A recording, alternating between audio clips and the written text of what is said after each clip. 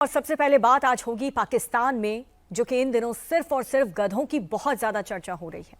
आसिम मुनीर ने पूरे पाकिस्तान को गधा बना दिया है। मुनीर ने पाकिस्तान की तरक्की के लिए आवाम को एक ऐसा मंत्र दिया है, आईटी टेक्नोलॉजी छोड़ करके पूरा का पूरा पाकिस्तान गधे के पीछे भाग रहा है। मुनीर ने पाकिस्तान को गधा एक्सपोर्ट में नंबर 1 बना दिया है।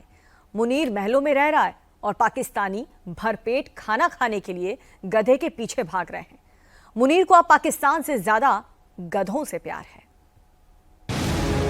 पाकिस्तान में गधों की रेस हो रही है। खाने को दाने नहीं, जेब में फूटी कौड़ी नहीं, लेकिन मुनीर पाकिस्तानियों को गधे की रेस दिखा रहा है। गधे की रेस दिखाकर पाकिस्तानियों को खुश करने की कोशिश कर रहा है।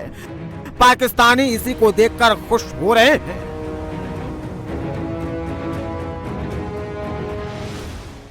गधा को हमारा फेवरेट चीज है। जैसे फेवरेट चीज है, लेकिन ये अभी महंगी होती जा रही है। नहीं, फिर भी हम चाइना को थोड़ी देंगे। आप नहीं देंगे। आपको पता है पाकिस्तान के अंदर गधों के फार्म बन गए, जैसे बकरियों के फार्म होते हैं, आपने देखा हो ना, जानवरों के फार्म होते हैं, गधों के फार्म बन गए। इकोनॉमिकल तरक्की की बात करें, तरक्की में अल्हम्दुलिल्लाह हम लोग हर चीज में आगे नंबर 1 है। पाकिस्तान जिंदाबाद। किस चीज में पाकिस्तान नंबर 1 है? चीज में पाकिस्तान आगे हुआ है, हर चीज में नंबर 1 है। ये उनसे गधे लेते रहो और सब्सक्राइब उनको देते रहो, क्योंकि पाकिस्तान में तो गधे बहुत हैं और हम ही इंपोर्ट कर रहे हैं, ठीक है ना। और पाकिस्तान में ये बड़ी अच्छी बात है कि एक जानवर ऐसा है जो पाकिस्तान में बहुत ज्यादा है और चाइना की मार्केट तक वो जा रहा है। चलो गधे बिक रहे हैं, लेकिन कुछ बिक रहा है, ये अच्छा है। देखें, गधे का नाम गधा है ना, मगर काम इंसान से ज्यादा है उसका। हाँ, बड़ा शरीफ जानवर है। बड़ा शरीफ जानवर है। जितना मर्जी वजन लाद दो, जैसे किसी शोर पे जितना मर्जी बच्चे डाल दो, जितने मर्जी डाल दो, वो चुप करके सह लेता है। ऐसे ही गधा जो है ना, जितना मर्जी वजन डाल तो बोलता नहीं है। अच्छा। हमारे सियासतदानों ने वो गधे भी हमसे छीन लिए कि भाई ये जो इनको फायदा दे रहे हैं, इनको गधों को निकालो और चाइना को बेचो। पूरा पाकिस्तान ही गधे के भरोसे है। पाकिस्तानी इकोनॉमी भी गधे पर ही टिकी है। पाकिस्तानियों का पेट भी गधा ही भरता है। पाकिस्तान को गधा सबसे ज्यादा प्यारा है। पाकिस्तान में सबसे ज्यादा फेवरेट जानवर कोई और नहीं बल्कि गधा ही है। मुनीर ने पाकिस्तानियों को गधा बना दिया है। तो पता है, पिछले दिनों एक खबर आई है, पाकिस्तान चाइना को हर महीने 50 गधों के गोश्त का कंटेनर एक्सपोर्ट करेगा। देखे खबर आई है ये जियो न्यूज के अंदर। आप अगर रिपोर्ट सर्च भी करेंगे, गूगल भी करेंगे, आपके सामने आ जाएगी। इंडिया की तरफ से $250 बिलियन की इंडिया की आईटी एक्सपोर्ट है। इंडिया की मेडिकल इंडस्ट्री देख लें, इंडिया का फार्मास्यूटिकल इंडस्ट्री देख लें। इंडिया कोई ऐसी इंडस्ट्री नहीं है जिसके अंदर इंडिया पीछे हो। यार समझ ही नहीं आ रहा, ये मुल्क अभी भी गधे पे चल रहा है। लोग जहाज में बैठ गए, ये गधे पे चल रहे हैं। गधे एक्सपोर्ट हो रहे, गधे का गोश्त बिक रहे हैं चाइना पे। वो भी यहाँ तो पहले हमने खा रहे हैं ना, हम खा रहे हैं ना पहले तो। वो तो हाँ, ये गधे इस्लामाबाद में खबर आई थी। पहले इस्लामाबाद में खबर आई थी कि इस्लामाबाद में कई 100 किलो गोश्त गधे का पकड़ा गया। फिर लाहौर की खबर आई, लाहौर में पकड़ा गया। कराची में भी पहले पकड़ा गया था गधे का गोश्त। यहाँ पे भी गधे का गोश्त लोग खा रहे हैं। ये बहुत छोटा मसला है गधे का गोश्त। तो हम इन मसलों पे बात करेंगे ना, ये कुछ भी नहीं होगा। गधा तो छोड़ दो। तो मतलब गधे का गोश्त खाने से यूज्ड टू हो गए लोग। भाई आप खाओ, ये नॉर्मल चीज है गधे का गोश्त खाना। आप बेचना कौन है? आप वो पकड़ो ना। खाने वाले को किधर पकड़ोगे? खाने वाला तो एक गरीब बंदा 500 कमा रहा है, उसको थोड़ी पता गधे घोड़े में का फर्क। पाकिस्तान में गधे बिक रहे हैं। पाकिस्तानी पैसे के लिए गधे को एक्सपोर्ट कर रहे हैं। चीन में गधे की डिमांड सबसे ज्यादा है, तो पाकिस्तान चीन को ही गधे का एक्सपोर्ट करता है। पाकिस्तानियों को पता है कि पाकिस्तान IMF और दूसरे देशों के लोन पर चल रहा है। पाकिस्तान में महंगाई चरम पर है। न बिजली है, न पानी है, न आटा है। रोजगार की तो बात छोड़ ही दीजिए, अब पैसा कमाने के लिए पाकिस्तानी गधे की फार्मिंग कर रहे हैं। अच्छी बात है चाइना में जाए। नहीं, अगर गधे अगर बुरी चीज थी तो चाइना क्यों ले रहा है फिर हमसे? चाइना खा रहे हैं ना उसको, हम तो नहीं खाते। भाई ना। देखो ना, हमारे तो इस्लाम में वो उसका फूड खाना अच्छी बात है। यहाँ सड़कों पे थे तो हमने चाइना को दे दिया। अब देखिए पाकिस्तान में, सच में मजाक नहीं करी, कुछ सालों में ये जो गधे वाली फार्मिंग है ये बहुत ज्यादा प्रॉफिटेबल है। जो लोग इन्वेस्ट करने का सोच रहे, मेरा चैनल देखते, भाई आप छोटे छोटे गधे लाओ, उसका जो है उसको पालो और चाइना को बेचो और लाखों रुपया कमाओ। कहते हैं टैलेंट बहुत है, लेकिन यहाँ पे हमें टैलेंट नहीं नजर आ रहा कि हम क्यों ट्रेड करते हैं? ट्रेड क्यों? गधे का नाम भी कितना स्टूपिड नाम है ना, ठीक है ना। जिसके घर में गधा होता है ना, लोग उसके घर जाते नहीं थे। तो यार इन्होंने खोता रखे है ना, कहा नहीं जाना। उस गली में लोग नहीं जाते थे। ठीक है ना। अब जो चीज गंदी थी, जो हमें गलीज लगती थी, अब हम उसकी फार्मिंग करें। पहले ही बदनाम है जी, ये गधे बेचते हैं KPK वाले। पाकिस्तान में अभी 60 लाख से ज्यादा गधे हैं। पाकिस्तान में हर 8वां पाकिस्तानी गधे के पीछे भाग रहा है। सोने से पहले पाकिस्तानी गधे का नाम ले रहे हैं। उठते हैं तो गधे का नाम लेते हैं, घर से बाहर निकलते हैं तो गधे को ही ढूंढते हैं। PES में जारी आंकड़ों के मुताबिक 2019-2020 में 55 लाख गधे थे। 2020-21 में बढ़कर 56 लाख हो गए। 2021-22 में इनकी संख्या 57 लाख हुई और 2022-23 में 58 लाख हो गए। 2023-24 में ये बढ़कर 59 लाख हो गए और 2024-25 में पाकिस्तान में 60 लाख से ज्यादा गधे हैं। पाकिस्तान की अर्थव्यवस्था इस वक्त गधे पर ही टिकी है।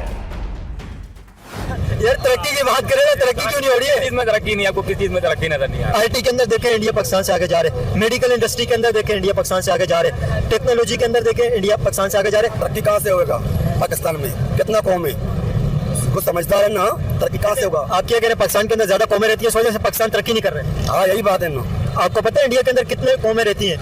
इंडिया के अंदर 150 से ज्यादा जबानें बोली जाती है। 150 से ज्यादा लैंग्वेज इंडिया के अंदर चलती है और कई किस्म के मजहब इंडिया के अंदर है। वहाँ पे हिंदू है, मुसलमान है, सिख है, ईसाई है, हर किस्म के पारसी है, हर किस्म के लोग वहाँ पे इंडिया के अंदर रहते हैं। बुद्ध मत है। तो यहाँ पे तो इतने ज्यादा मजहब भी नहीं है, कौमें अलग है। लेकिन कौमें अलग है तो फिर तो इंडिया को बहुत पीछे होना चाहिए। फिर इंडिया क्यों तरक्की कर रहा है? 170 के बाद पाकिस्तान पीछे जा रहा है और इंडिया आगे जाता जा रहा है, इसकी क्या वजह है? ये तो अभी अपने मुल्क के उनको ही सोचना चाहिए ना, अपने मुल्क के जो है बड़े बड़े उनको ही सोचना चाहिए ना। अपनी जो करेंसी है सबसे डाउन क्यों है पाकिस्तान की? तो यही बात है ना, क्या वजह है कि हम पीछे क्यों जा रहे हैं? यहाँ तक कि ईरान भी आगे निकल गया है। तो यही बात है ना, पीछे क्यों जा रहे हैं पाकिस्तान? इसकी क्या वजह, क्या वजह? इसकी करेंसी की कोई वैल्यू ही नहीं। किस गलत फहमी में है वो, हमसे काम क्या लेना चाहते हैं? दुनिया चांद पे पहुंच गई है, टेक्नोलॉजी एक्सपोर्ट कर रही है और हम जो है गधे एक्सपोर्ट करेंगे। तो चाइना तो शुरू से गधे ले रहा है, पाकिस्तान के सारी खाने चाइना को जा रही है, कि आज ये पहली बार तो नहीं हुआ। अच्छा, ये शुरू से होता आ रहा है। ऐसी कौन सी चीजें हैं जो हम एक्सपोर्ट करके अपने मुल्क की मौशियत को बेहतर कर सकते हैं? फिलहाल तो गधों पे कंसंट्रेट करना चाहिए, इनको ही बेचना चाहिए, शायद जिससे आगे हमारी इकॉनमी उठ जाए। गधों से, गधों के अलावा कुछ भी नहीं है। गधों के अलावा हमारे पास कुछ भी, यहाँ बंदे गधे बन चुके हैं तो बेहतर है कि गधे एक्सपोर्ट करें। अभी तक पाकिस्तानी सिर्फ गधों को एक्सपोर्ट कर रहे थे, अब तो पाकिस्तान में मटन और चिकन महंगा होने से गधे का गोश्त खा रहे हैं। पाकिस्तान में गधे का गोश्त खूब बिक रहा है। पाकिस्तान का शहर कोई भी हो, लाहौर, कराची, इस्लामाबाद, पेशावर, मुल्तान, हर जगह लोग मटन की जगह गधे का मीट खा रहे हैं, क्योंकि पाकिस्तान में मटन 2000 रुपए किलो बिक रहा है, चिकन 800 रुपए किलो बिक रहा है, जबकि गधे का गोश्त 200 रुपए किलो बिक रहा है। तो पाकिस्तानी अब गधे का मीट सबसे ज्यादा खा रहे हैं। मुनीर महलों में रह रहा है, ऐश कर रहा है, जो मन खाता पीता है, जब चाहता है विदेश भाग जाता है। लेकिन पाकिस्तानियों के पास न तो खाने के लिए पैसे हैं, न पेट भर रहा है, न ही कमा पा रहे हैं। अब पाकिस्तानियों को मुनीर शहबाज पर नहीं बल्कि गधे पर ही भरोसा है। जम्मू कश्मीर के कटरा में आखिर ऐसा क्या हुआ कि हिंदू संगठन के लोग गुस्से से आग बबूला हो गए? हाथ में भगवा झंडा लेकर श्राइन बोर्ड के खिलाफ सड़क पर उतर गए। हिंदू संगठन के कार्यकर्ता आखिर क्यों श्री माता वैष्णो देवी यूनिवर्सिटी के जो मेन गेट है उसको तोड़ करके यूनिवर्सिटी के अंदर घुस गए हैं? क्यों यूनिवर्सिटी के बाहर श्राइन बोर्ड के खिलाफ नारेबाजी की गई? क्यों पुतला फूंका गया? जम्मू के कटरा में अभी फिलहाल माहौल वहां पर कैसा है, रिपोर्ट में देखिए। कुछ लोग हाथ में भगवा झंडा लेकर प्रदर्शन कर रहे हैं, श्राइन बोर्ड के खिलाफ धरने पर बैठ गए हैं, हाय हाय के नारे लग रहे हैं। श्राइन बोर्ड, हाय हाय, श्राइन बोर्ड, हाय हाय। कटरा में श्री माता वैष्णो देवी यूनिवर्सिटी के गेट के बाहर नारेबाजी हो रही है। लोग पुतला फूंककर अपने गुस्से का इजहार कर रहे हैं। श्राइन बोर्ड चोर है, चोर पे चोर है, श्राइन बोर्ड चोर है, श्राइन बोर्ड, हाय हाय, श्राइन बोर्ड, हाय हाय। देखते ही देखते हाथ में भगवा झंडा लिए सैकड़ों प्रदर्शनकारी कटरा में मौजूद श्री माता वैष्णो देवी यूनिवर्सिटी के बाहर इकट्ठा हो गए। यूनिवर्सिटी के गेट पर धावा बोल दिया। प्रदर्शनकारी गेट को तोड़ने लगे। पुलिस और यूनिवर्सिटी के गार्ड प्रदर्शनकारियों को रोकने की कोशिश करते हैं, लेकिन प्रदर्शनकारी गेट को तोड़कर अंदर घुस जाते हैं। चलो भाई अंदर चले। हाथ में भगवा झंडा लेकर जो यूनिवर्सिटी के गेट पर प्रदर्शन कर रहे हैं, ये सभी हिंदू हैं और हिंदुओं का गुस्सा श्राइन बोर्ड और श्री माता वैष्णो देवी यूनिवर्सिटी के खिलाफ फूट पड़ा है। कटरा में प्रदर्शनकारियों ने यूनिवर्सिटी के बाहर जमकर प्रदर्शन किया। स्थानीय प्रशासन और कॉलेज प्रशासन का पुतला भी फूका। श्राइन बोर्ड पर हिंदू संगठनों ने श्री माता वैष्णो देवी यूनिवर्सिटी का इस्लामीकरण करने का आरोप लगाया है। हिंदू संगठन के कार्यकर्ताओं ने यूनिवर्सिटी में एडमिशन वाली सीट अलॉटमेंट की पहली लिस्ट तुरंत रद्द करने की मांग की। वैष्णो देवी यूनिवर्सिटी में जो है पहला मेडिकल कॉलेज का जो है पहला बैच जो है यहाँ पढ़ने जा रहा था, लेकिन यहाँ के प्रशासन ने कुछ ऐसी घटिया हरकत कर दी जिससे पूरा जम्मू कश्मीर का जो यूथ है, जिन्होंने ढोल नगाड़े से इस बैच का वेलकम करना था, वहाँ हमें बड़े अफसोस के साथ वहाँ प्रदर्शनों के साथ वेलकम करना पड़ रहा है। ये जो संस्था, ये जो जगह, जिस जगह हम लोग खड़े हैं माता रानी के चरणों में, आप यकीन मानिए इतनी पवित्र जगह है।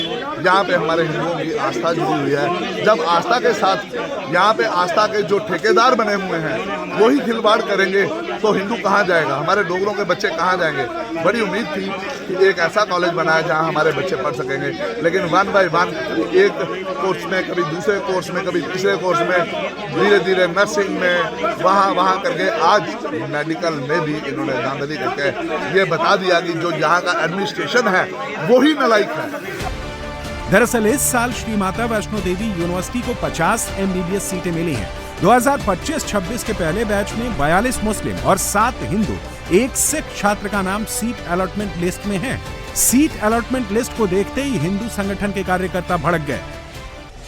श्री माता वैष्णो देवी यूनिवर्सिटी का संचालन श्राइन बोर्ड करता है। यूनिवर्सिटी का निर्माण भी श्राइन बोर्ड ने ही करवाया है और हिंदू संगठनों का आरोप है कि जब पैसा हिंदुओं का लगा है, माता वैष्णो देवी पर चढ़ावे से यूनिवर्सिटी का निर्माण करवाया गया है। जब जम्मू कश्मीर में हिंदू अल्पसंख्यक है तो फिर श्री माता वैष्णो देवी यूनिवर्सिटी में MBBS में सबसे ज्यादा सीटें मुस्लिम अभ्यर्थियों को क्यों दी गई? श्री माता वैष्णो देवी श्राइन बोर्ड लगभग 600 करोड़ रुपए खर्च कर हाल ही में इस मेडिकल कॉलेज को बनवाया है। इसी साल इसे मान्यता भी मिली है, लेकिन एडमिशन के लिए पहले बैच के नाम का जैसे ही ऐलान हुआ, विवाद खड़ा हो गया। फिलहाल यूनिवर्सिटी के बाहर पुलिस का सख्त पहरा है। यूनिवर्सिटी के मेन गेट पर बैरिकेडिंग लगा दी गई है, लेकिन सीट अलॉटमेंट रद्द नहीं करने पर हिंदू संगठनों ने जम्मू में बड़े आंदोलन की चेतावनी दी है।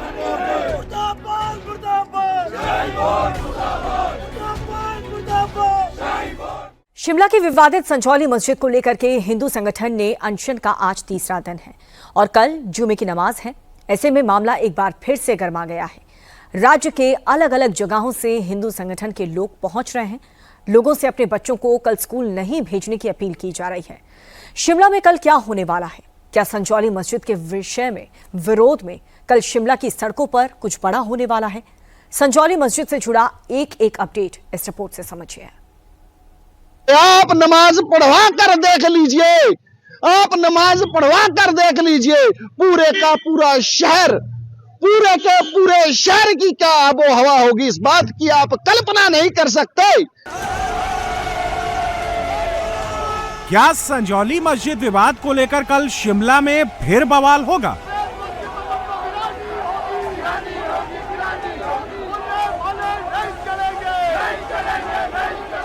इस शुक्रवार को संजौली मस्जिद में नमाज नहीं होने दी जाएगी। हमारी पूरी तैयारी है, हिंदू समाज जो है पूरी ताकत के साथ यहां आएगा। इस शुक्रवार को संजौली में आर पार की लड़ाई होने वाली है। शिमला में संजौली मस्जिद विवाद एक बार फिर तूल पकड़ते जा रहा है। आमरण अनशन पर बैठे देवभूमि संघर्ष समिति ने सरकार और शिमला प्रशासन को सीधी चेतावनी दी है कि संजौली मस्जिद में शुक्रवार को नमाज नहीं पढ़ने देंगे। हिंदू संगठनों ने संजौली मस्जिद के मुद्दे पर बड़े आंदोलन की चेतावनी दी है। हिंदू संघर्ष समिति के नेता विजय शर्मा का आरोप है कि अनशन के दौरान सरकार और प्रशासन की ओर से कोई बात करने नहीं आया, लिहाजा अब बड़ा आंदोलन किया जाएगा और किसी भी हाल में इस शुक्रवार को संजौली मस्जिद में नमाज पढ़ने नहीं दिया जाएगा। पुलिस के प्रोटेक्शन में यह सरकार पिछली बार भी नमाज पढ़ाना चाहती थी, तो इस बार शुक्रवार को हमने सरकार और प्रशासन को दोबारा चुनौती दे रहे हैं कि आप नमाज पढ़वा कर देख लीजिए, आप नमाज पढ़वा कर देख लीजिए, पूरे का पूरा शहर, पूरे के पूरे शहर की क्या आबो हवा होगी, इस बात की आप कल्पना नहीं कर सकते। हिंदू संघर्ष समिति जो है अब चूड़ियां पहनकर नहीं बैठेगी। शुक्रवार को 11 बजे हमने एक बड़े आंदोलन की कल्पना की है, तो ये 11 बजे 21 तारीख को संजौली के अंदर सरकार को सरकार की भाषा में हम जवाब देंगे। बीते शुक्रवार को नमाज पढ़ने से रोकने के आरोप में पुलिस ने हिंदू संगठनों के 6 लोगों पर मामला दर्ज किया था। स्थानीय महिलाओं ने मस्जिद के अवैध निर्माण पर आपत्ति जताई थी और नमाज का विरोध किया था। महिलाओं का कहना था कि दिल्ली जैसी घटना की आशंका है। इसके बाद पुलिस ने 2 महिलाओं समेत 6 हिंदू संगठन के सदस्यों पर FIR दर्ज कर दी। इसी कार्रवाई के विरोध में अब अनशन चल रहा है। इस क्षेत्र की शांति को भंग करने का सबसे पहला प्रयास जिन लोगों ने वहां जाकर के नमाज पढ़ने के कारण हुआ, जिनके कारण हुआ, उनके ऊपर सरकार ने क्या एक्शन लिया? हिंदू समाज के लोगों के ऊपर हिंदू समाज ने आज असुरक्षा की भावना के कारण आज जिस प्रकार की घटना दिल्ली में हुई है और ये लोग कहीं भी जाकर के अल्लाह अकबर करके फट जाते हैं, तो यहाँ शिमला के संजौली के लोगों में ये डर है कि कहीं बाहर से आया हुआ कोई व्यक्ति यहाँ भी अल्लाह अकबर करके फट जाएगा। तो इस प्रकार का जब भय का माहौल हिंदू समाज के बीच में है, उस स्थिति में यदि हमारी माताओं बहनों ने, यहाँ स्थानीय माताओं बहनों ने, यहाँ हिंदू समाज के लोगों ने अगर उनको रोकने का प्रयास किया, और मैंने देखा है कि कहीं भी कोई किसी से कोई मारपीट नहीं हुई है, बड़े सभ्य तरीके से उनको रोका गया है और कोर्ट के आदेशों का हवाला देकर के रोका गया है। हिंदू संगठनों का दावा है कि यह आंदोलन पहले हुए 11 सितंबर के प्रदर्शन से भी ज्यादा उग्र होगा। हिमाचल प्रदेश के अलग अलग जगहों से हिंदू संगठनों के हजारों लोग संजौली में पहुंच रहे हैं।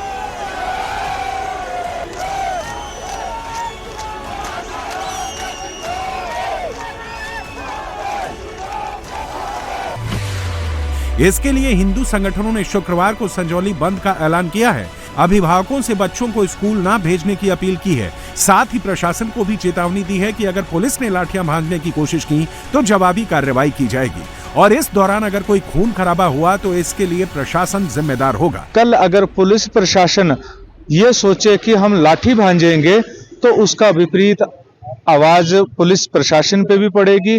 मैं माफी चाहूंगा, मेरे भाई पुलिस में भी होंगे या प्रशासनिक अधिकारी होंगे, कि कल के लिए हमें क्षमा करना। यदि आपकी तरफ से कोई लाठी हम पे आई, किसी व्यक्ति पे आई, उसका विपरीत नजारा आपके ऊपर भी होगा। उसका जिम्मेवार, कल कोई खून खराबा होता है, कोई मर मिटता है, उसका जिम्मेवार ये MC शिमला प्रशासन सरकार होगी, जो निरंतर हिंदू विरोध में कार्य करने में अपने आप को खुश रखने में की कोशिश कर रही है। हिंदू संगठनों ने सरकार और शिमला प्रशासन पर गंभीर आरोप लगाए हैं। हिंदू संगठन से जुड़े लोगों ने प्रशासन पर बाहरी लोगों को संरक्षण देने और हिमाचल के लोगों के खिलाफ मामला दर्ज करने का आरोप लगाया है। हिंदू संगठनों का दावा है कि कोर्ट पहले ही इस मस्जिद को अवैध घोषित कर चुकी है और इसे तोड़ने के भी आदेश दे चुकी है, फिर भी ना बिजली पानी काटा गया और ना ही कार्रवाई हुई। ऐसे में नमाज कैसे जारी है, ये भी बड़ा सवाल है। बाहरी लोगों को मस्जिद में आने और नमाज पर तुरंत पाबंदी लगे। पुलिस से ये जानना चाहता हूं कि उन्होंने, जो लोग जबरन वहां नमाज पढ़ने के लिए जा रहे थे, उस ढांचे में जिसको कोर्ट जो है अवैध घोषित कर चुका है, उनके ऊपर आज तक एक्शन क्यों नहीं लिया सरकार ने? सरकार ऐसे लोगों को संरक्षण क्यों दे रही है? सरकार हिमाचल के लोगों के ऊपर जो है मामले बना रही है और जो बाहर से आकर के यहाँ माहौल खराब करने का काम कर रहे हैं, उनको सरकार जो है संरक्षण देने का काम कर रही है। ये इस प्रकार की मानसिकता सरकार की बिल्कुल भी स्वीकार्य नहीं है और हिंदू रक्षा मंच इस आंदोलन को अपना पूर्ण समर्थन देता है। और मैं सरकार को बड़े स्पष्ट शब्दों में कहना चाहता हूं, शिमला प्रशासन को बड़े स्पष्ट शब्दों में कहना चाहता हूं, ये ना सोचें कि यहाँ 4 लोग बैठे हैं। हिंदू रक्षा मंच को 4 से 4000 बनाना आता है और ये तय मानिए, मैं बड़े स्पष्ट शब्दों में कह रहा हूं, इस शुक्रवार को संजौली मस्जिद में नमाज नहीं होने दी जाएगी। इससे पहले भी साल 2024 में कई हिंदू संगठनों ने संजौली में उग्र प्रदर्शन किया था। इसमें पुलिस के बैरिकेड तोड़कर मस्जिद की ओर जाने की कोशिश की गई थी। इस दौरान पुलिस ने प्रदर्शनकारियों को रोकने के लिए लाठीचार्ज तक किया था। और एक बार फिर यहां तनाव का माहौल है। हिंदू संगठन से जुड़े नेता आर पार की लड़ाई के मूड में हैं।